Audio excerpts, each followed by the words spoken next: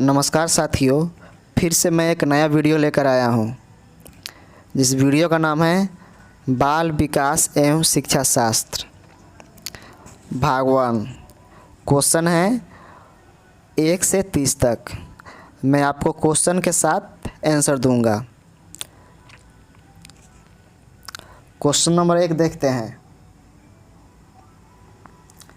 Question number 1,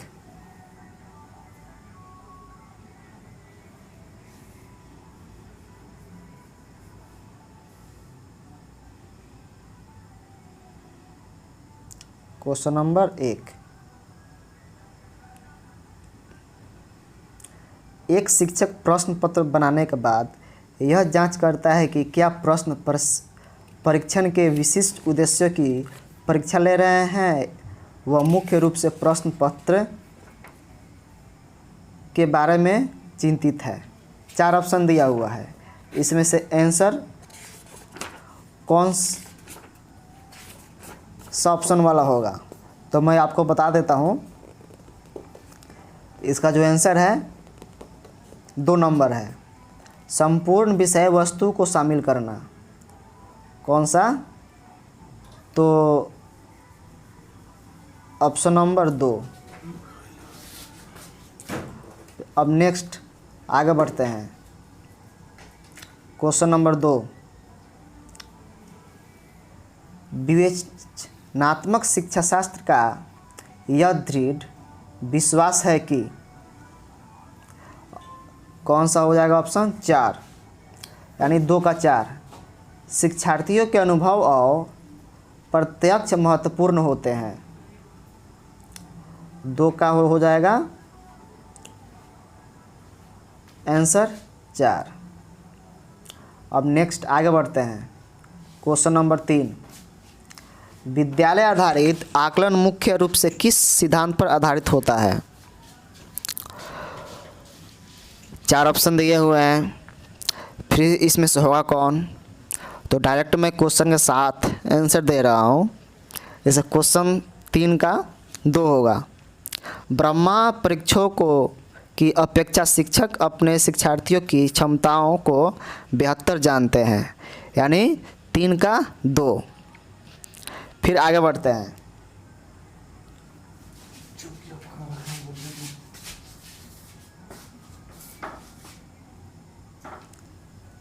question number 4, शिक्षार्थी व्यक्तिक भिन्नता प्रदर्शित करते हैं, अतः शिक्षक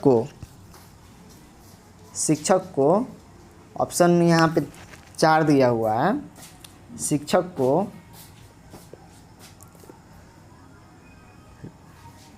क्या सीखने के विविध अनुभवों को उपलब्ध कराना चाहिए, यानी कि 4 का 2।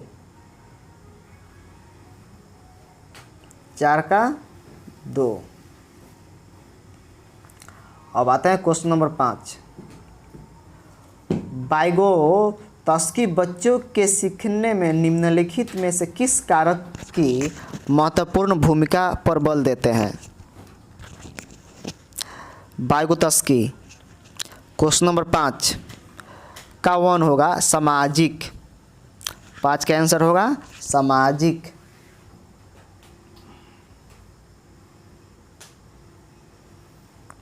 अब क्वेश्चन नंबर 6 पे आते हैं। एक शिक्षिका अपने शिक्षार्थियों की विभिन्न अधिगम शैलियों को संतुष्ट करने के लिए वैविध्यपूर्ण कार्यों का उपयोग करती है, वह डैश से प्रभावित है। क्वेश्चन नंबर 6 का होगा 3, गार्डनर के बहुवृद्धि सिद्धांत। 6 का 3।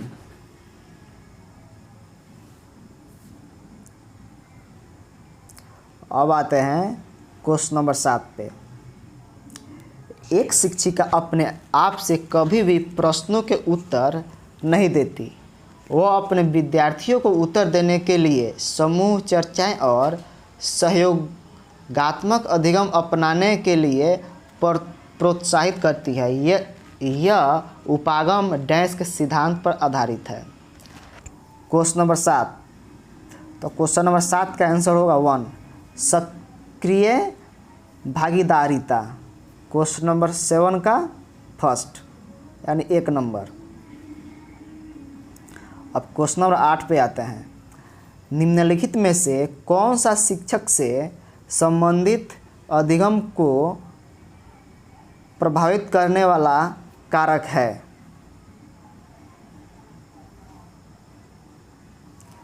तो इसका ऑप्शन है 4। तो क्वेश्चन नंबर 8 का आंसर होगा 1, विषय वस्तु में प्रवीणता। क्वेश्चन नंबर 8 का 1। अब क्वेश्चन नंबर 9 में आते हैं। कौन सा क्वेश्चन? तो 9, राज्य स्तर की एक एकल गायन प्रतियोगिता के लिए विद्यार्थियों को तैयार करते समय एक विद्यालय लड़कियों को वरीयता देता है। यह दर्शाता है कि लैंगिक पूर्वाग्रह, यानी 9 का 1, लैंगिक पूर्वाग्रह। अब क्वेश्चन नंबर 10 में आते हैं। बीजों का अंकुरण संकल्पना के शिक्षण की सबसे प्रभावी पद्धति है। तो 10 का 2, विद्यार्थियों द्वारा पौधे के बीज बोना और उसके अंकुरण के चरणों को अवलोकन करना, यानी 10 का 2।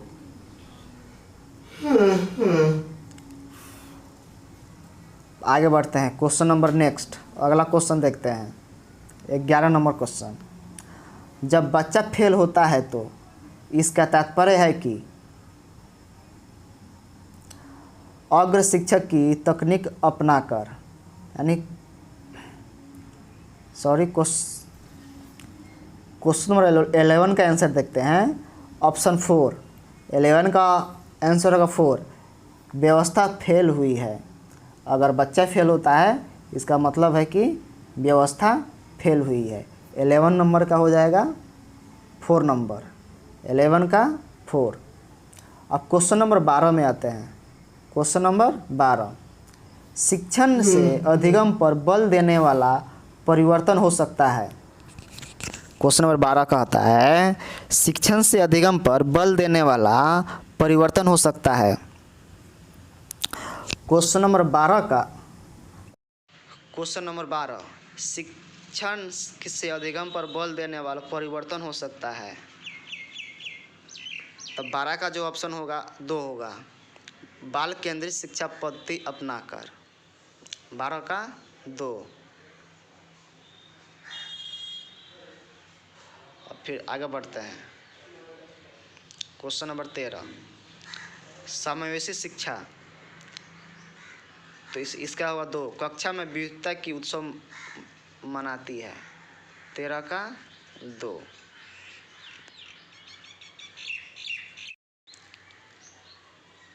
क्वेश्चन नंबर 14 देखते हैं। निम्नलिखित में से कौन सा वस्तुनिष्ठ प्रश्न है? तो 14 का 4 हो जाएगा, सत्य या असत्य। 14 का 4। फिर आगे बढ़ते हैं। क्वेश्चन नंबर 15, निम्नलिखित में से कौन सी प्रगतिशील शिक्षा की विशेषता है? तो 15 का होगा 1, समय सारणी और बैठने की व्यवस्था में लचीलापन। 15 का 1। फिर आगे बढ़ते हैं। क्वेश्चन नंबर 16, पियाजे के संज्ञानात्मक विकास के चरणों के अनुसार इंद्रिय निगामक अवस्था किसके साथ संबंधित है? तो 16 का जो आंसर होगा 2 नंबर होगा, 16 का 2, अनुकरण, स्मृति और मानसिक निरूपण। अब क्वेश्चन नंबर 17 में आते हैं। कोहलबर्ग के अनुसार शिक्षक बच्चों में नैतिक मूल्यों का विकास कर सकता है।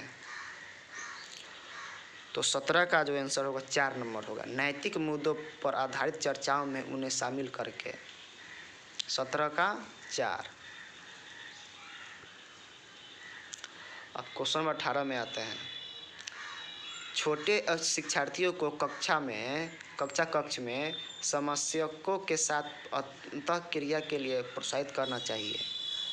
तो 18 का जो ऑप्शन होगा 4 नंबर होगा।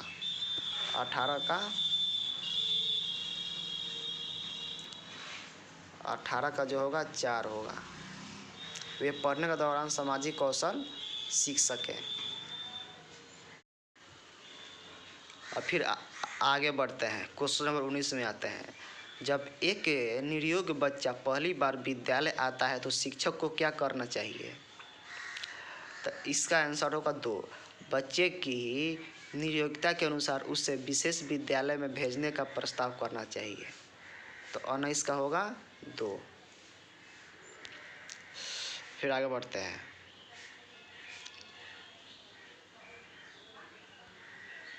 बीस नंबर क्वेश्चन। प्रायः शिक्षार्थियों की त्रुटियों डैश की ओर संकेत करती है।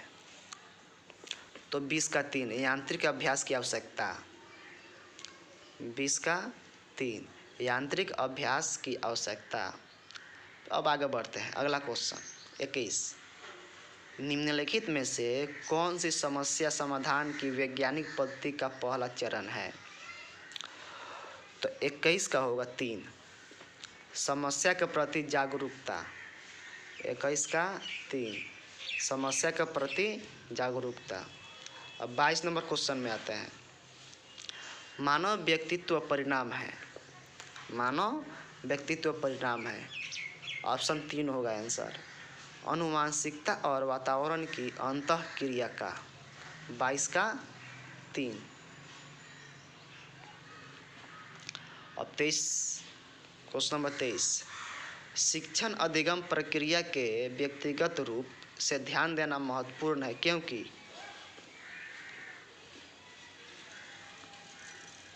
Option 1 answer.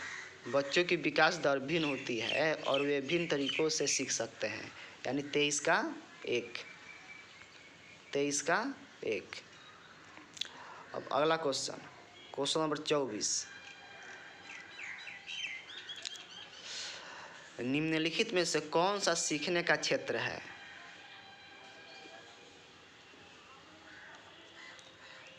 अनुभाविक। ऑप्शन नंबर 2 24 का 2 आंसर होगा। 24 का 2 अनुभाविक।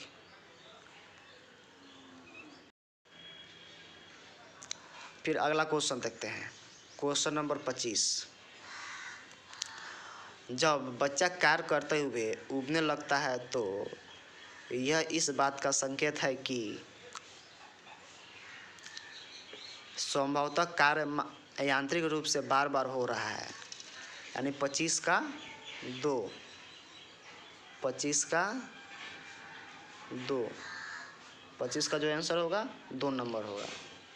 अब क्वेश्चन नंबर 26 में आता है। शिक्षा के संदर्भ में समाजीकरण से तात्पर्य है। 26 नंबर क्वेश्चन का जो आंसर होगा 4 नंबर होगा। सामाजिक वातावरण में अनुकूलन और समायोजन। यानी 26 का 4। अब क्वेश्चन नंबर 27। निम्नलिखित में कौन सा विकास का सिद्धांत है? तो 2 नंबर। सभी की विकास दर समान नहीं होती है। सभी की विकास दर समान नहीं होती है। यानी 27 का जो आंसर होगा 2 नंबर होगा। अब 28 नंबर में आते हैं। मानव विकास को क्षेत्रों में विभाजित किया जाता है जो है। Option 4 answer. 28 का 4 मनोवैज्ञानिक, संज्ञानात्मक, संवेगात्मक और शारीरिक। 28 का जो आंसर होगा 4 नंबर होगा। 28 का 4। फिर आगे बढ़ते हैं, अगला क्वेश्चन 29 नंबर। एक शिक्षिका पाठ्य वस्तु और फल सब्जियों के कुछ चित्रों का प्रयोग करती है और अपने विद्यार्थियों से चर्चा करती है। विद्यार्थी इस जानकारी को अपने पूर्व ज्ञान से जोड़ते हैं और पोषण की संकल्पना को सीखते हैं। यह उपागम डैश पर आधारित है। तो जो 29 का जो आंसर होगा 1 नंबर होगा, ज्ञान के निर्माण। 29 का 1, ज्ञान का निर्माण। अब क्वेश्चन नंबर 30, जब बच्चे की दादी उसे उसकी माँ की गोद से लेती है तो बच्चा रोने लगता है, बच्चा डैश के कारण रोता है। तो 30 का जो आंसर होगा 3 होगा, संवेगात्मक दुश्चिंता, यानी कि 3 नंबर होगा, 30 का 3। दोस्तों, मैं जो भगवान पढ़ा रहा हूँ बाल विकास एवं शिक्षा शास्त्र, और जो बातें आपको समझ में नहीं आ रही है उसे कमेंट करके बताएं ताकि आपकी समस्या को मैं समाधान कर सकूं। और सीटेट के विषय में जो भी सब्जेक्ट आप पढ़ना चाहते हैं कमेंट बॉक्स में कमेंट करें और बताएं, मैं उसका वीडियो बनाकर अपलोड करूंगा ताकि आपके पास पहुंचे। धन्यवाद। जय हिंद, जय भारत।